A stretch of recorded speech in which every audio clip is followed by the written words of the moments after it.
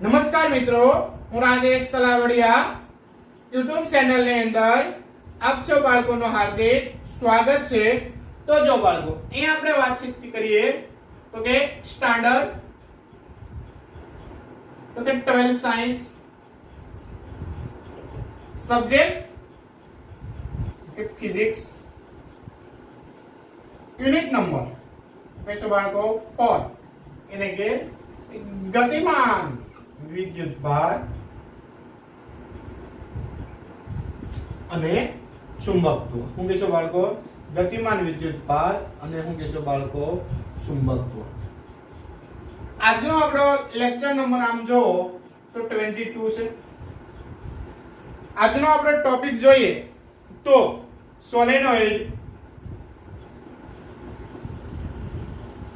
અને બે समांतर विद्युत प्रवाधारित तारना लीधे लागतु बळ आधारित આપણે બાળકો એક્ઝામ્પલ જોઈએ। બળ આધારિત શું છે બાળકો? આધારિત આપણે એક્ઝામ્પલ જોઈએ। तो सोलेनोइड નું બાળકો આપણે સૂત્ર હતું તો કે B ઇક્વલ ટુ હું કહેશો બાળકો B ઇક્વલ ટુ μ0 ni, જ્યાં n બરોબર તમે શું લખતા હતા બાળકો? કેપિટલ N અપન L, એટલે કે એકમ લંબાઈ દીઠ આંટાની સંખ્યા। આનું બાળકો આપણે સૂત્ર લેતા હતા FAB equal to μ0 IA IB A upon 2 pi D। D से बने तार वચ્ચેનું તમારે અંતર છે L છે કે જે વાહક તારમાં લંબાઈ દીઠ તમારે લાગતો બળ છે μ0 અચળ છે IA અને IB એ બે તમારે સમાંતર વિદ્યુત પ્રવાહધારી તાર છે, એમાંથી તમારે પસાર થતો વિદ્યુત પ્રવાહ। તો આ સૂત્ર આધારિત છે બાળકો, આપણે એક્ઝામ્પલ જોઈએ। તો હાલો આપણે એક રકમ લખીએ।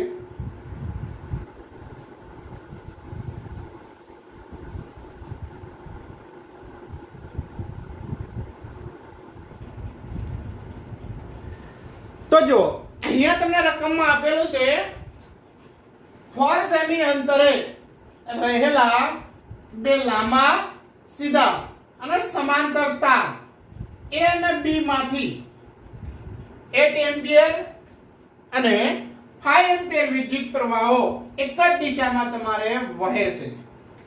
તો તાર A ના 10 સેમી લંબાઈના વિભાગ પર લાગતું બળ મેળવો।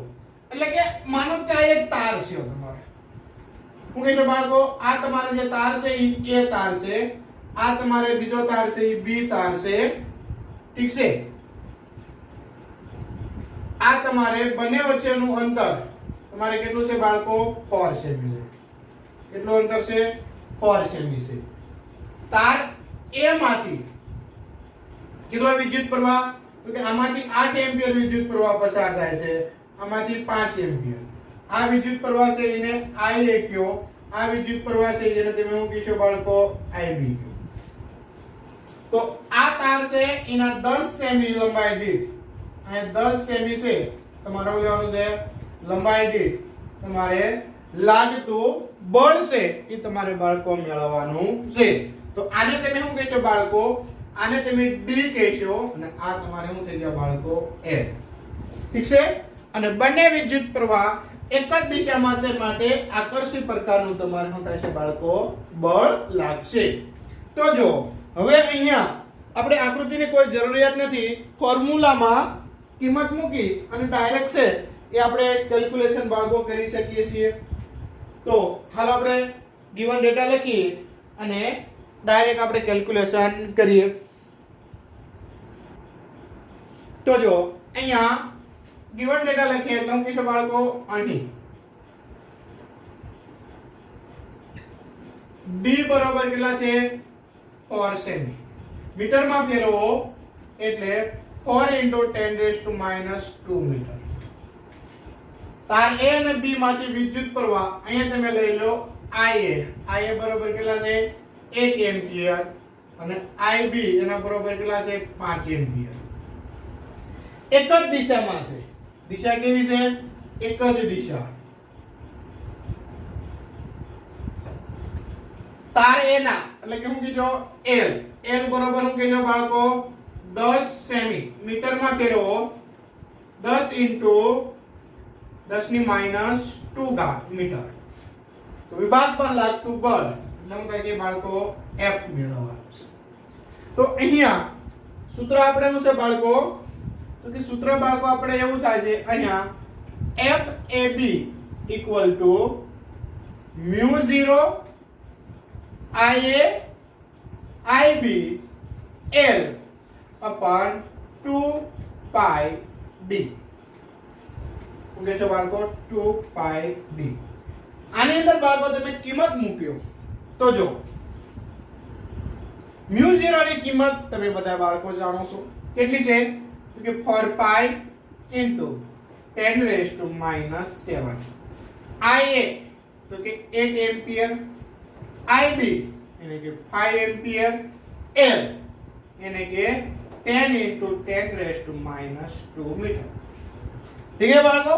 આ વાત થઈ બાળકો આપણે અંશની છેદમાં તો કે 2 પાઈ ને એમના રહેવા દેવી કિંમત મૂકવાની જરૂરિયાત નથી ડાયરેક્ટ ઉડી જશે અને d બરોબર તમને અંતર આપેલું છે 4 into 10 raised to -2. તો જો બાળકો પહેલી વસ્તુ આ પાઈ જાય 4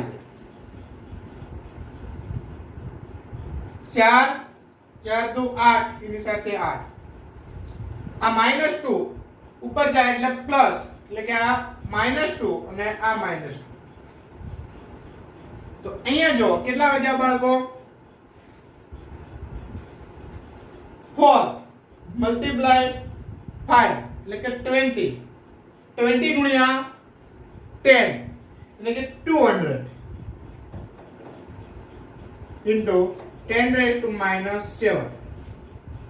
બે પેલા ખસેડો મીંડા સાથે કટ કરો તો કેટલા થશે બાળકો? તો કે 2 into 10 raised to -5 ટેસ્લા. શું કહેશો બાળકો?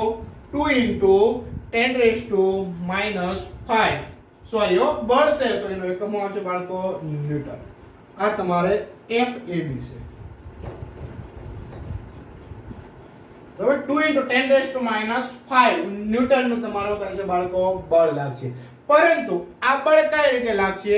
તો કે જે એને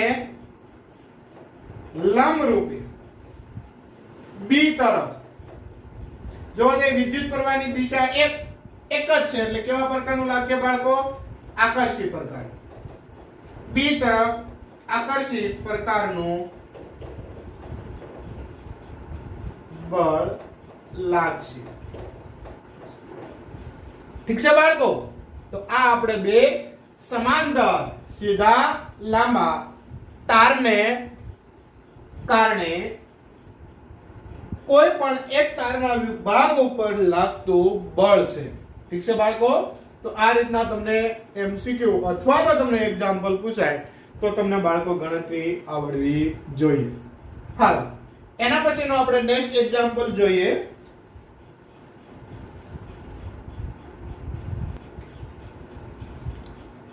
તો જો બાળકો અહીંયા આપણને રકમ આપેલી છે 80 સેમી લંબાઈના એક સોલેનોઇડ પર પાસે દરેક 400 આટાવાળા 5 આવરણ વીંટાયેલા છે. આવરણ એટલે એનો મીનિંગ બાળકો એવો થાય કે એક તમારે આટાનો સ્તર પૂરો થાય પછી એના ઉપર બીજું તમારે આટાનો સ્તર આવે એની ઉપર ત્રીજું આવે એ રીતે તમારે 5 આવરણ એટલે જે તમારે સોલેનોઇડ નું જે સૂત્ર છે એને એક આવરણ માટેનું સૂત્ર આપણે છે B = μ0 ni 5 આવરણ છે માટે આપણે મલ્ટીપ્લાય બાય કેટલા કરીશું 5. ઠીક છે? સોલેનોઇડ નો વ્યાસ 1.8 સેમી છે જો સોલેનોઇડમાં 8 એમ્પિયર વિદ્યુત પ્રવાહ વહેતો હોય તો તેના કેન્દ્ર પાસે B નું મૂલ્ય મેળવો, એટલે કે ચુંબકીય ક્ષેત્ર મેળવો. તો જો બાળકો અહીં આપણે ગિવન ડેટા લખીએ.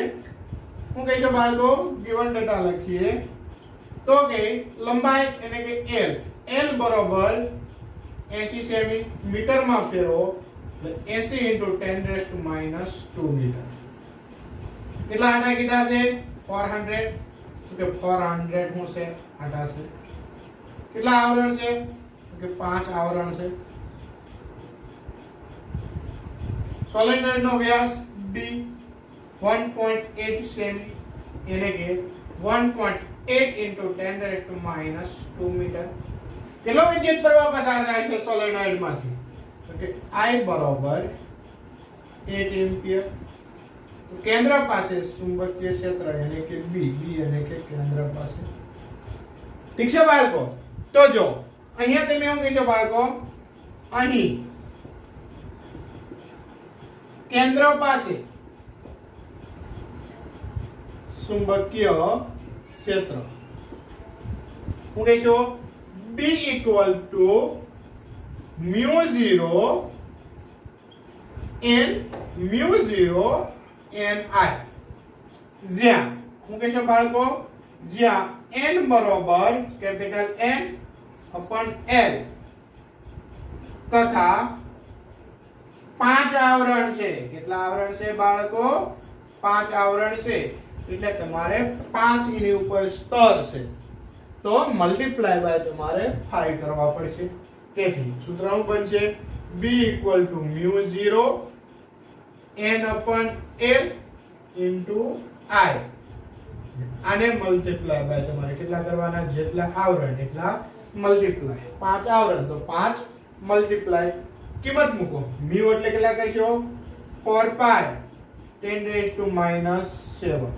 n એટલે 400, I એટલે 8 એમ્પિયર, L એટલે 80 10⁻². અને અહીંયા તમે કેટલા કરશો? 5. છેદ ઉડાડો. આની સાથે આ 1 મીંડું, આ 8 સાથે. હવે જો આ -2 ઉપર વ્યા જાય એટલે કેટલા થઈ જાય છે? પ્લસ. તો આમાં કેટલા વચ્ચે? -5. -5 છે એક આની સાથે એટલે માઈનસ કેટલા વચ્ચે? 4. હું કહીશું બાળકો? -4. 4 એને ગુણ્યા તમારે કેટલા કરવાના છે? 4 16. અને 16 એને ગુણ્યા 5 એટલે કેટલા થાય છે? 80. એટલે કેટલા થશે? 80π. હજી એક મીંડું આની સાથે જાય એટલે તમારે કેટલા કરશો? 8π × 10⁻³ ટેસ્લા. આટલું તમને એના કેન્દ્ર પર બાળકો તમને ચુંબકીય ક્ષેત્ર મળે છે. હજી તમે પાઈ ની કિંમત મૂકો અને ફાઇનલ આન્સર મેળવવો હોય તો B = કરશો 8 ગુણ્યા 3.14 10⁻³ 8 તેરીને 24 અને 14 8 112 100 પોઈન્ટ એટલે કેટલા થાય છે? B = 25 point. કેટલા કરશો બાળકો? 12 × 10⁻³ 1 પોઈન્ટ એન પર ખસેડો તો B = 2.512 10⁻² ટેસ્લા. એટલું તમને બાળકો ચુંબકીય ક્ષેત્ર મળે. ખાસ યાદ રાખજો બાળકો, જેટલા આવરણ હોય એટલા વડે તમારે મલ્ટીપ્લાય કરવાના છે. તો આ ટાઈપનો તમને MCQ અથવા તો બાળકો તમને એક્ઝામ્પલ પૂછાય તો એનું કેલ્ક્યુલેશન છે એ તમને બાળકો આવડવું પડે. સોલેનોઇડ નું સૂત્ર છે B = μ0 ni, જ્યાં small n = capital N upon નું કીશો બાળકો L, એટલે કે એકમ લંબાઈ દીઠ આટાઓની સંખ્યા. તો હવે આના પછી આપણે નેક્સ્ટ એક્ઝામ્પલ જોઈએ.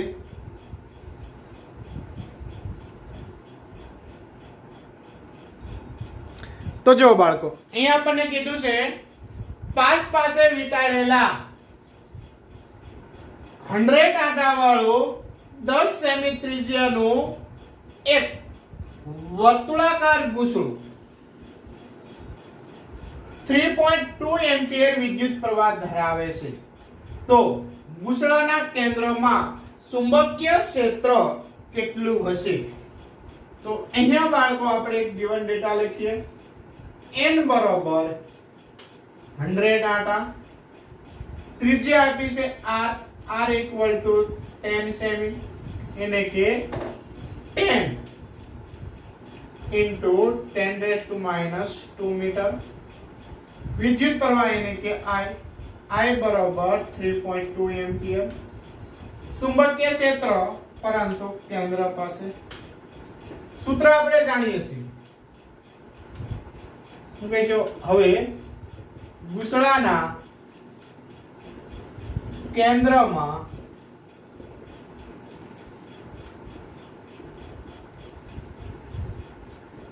ચુંબકીય ક્ષેત્ર તો કે B equal to μ0 I upon 2r into n. mu એટલે 4 pi into 10⁻⁷ I એટલે 3.2 અને n બરાબર કેટલા લેશું? 100. 10⁻². હવે જો બાળકો અહીંયા પાઈ એટલે 3.14 અને એને ગુણ્યા 3.2 એના બરાબર આપણે 10 લઈએ. તો અહીં તમારે કેટલા થઈ જાય છે? જો 4 ગુણ્યા 10 મલ્ટીપ્લાય 7 એને ગુણ્યા 100 upon 10 એને ગુણ્યા 10⁻². અને અહીંયા આપણે જે ગુણાકારમાં કેટલા રહી ગયા? 2 રહી ગયા બાકી. ઠીક છે? 2 કારણ કે 2r છે. તો જો બાળકો આ 10 જાય 10 જાય, આ -2 ઉપર જાય તો +4 આ એની સાથે અહીંયા બાદ કરો એટલે માઈનસ. અહીંયા બે વડે ભાગ ઉડાડી નાખો એટલે કે 2 એટલે કે 2 into 10⁻³ ટેસ્લા. આટલું તમને બાળકો કેન્દ્ર ઉપર ચુંબકીય ક્ષેત્ર મળે. કેટલું મળશે? કે B equal two 2 into 10⁻³ tesla નું તમને ચુંબકીય ક્ષેત્ર મળે છે. ઠીક છે બાળકો? તો એના પછી આપણે નેક્સ્ટ એક્ઝામ્પલ જોઈએ.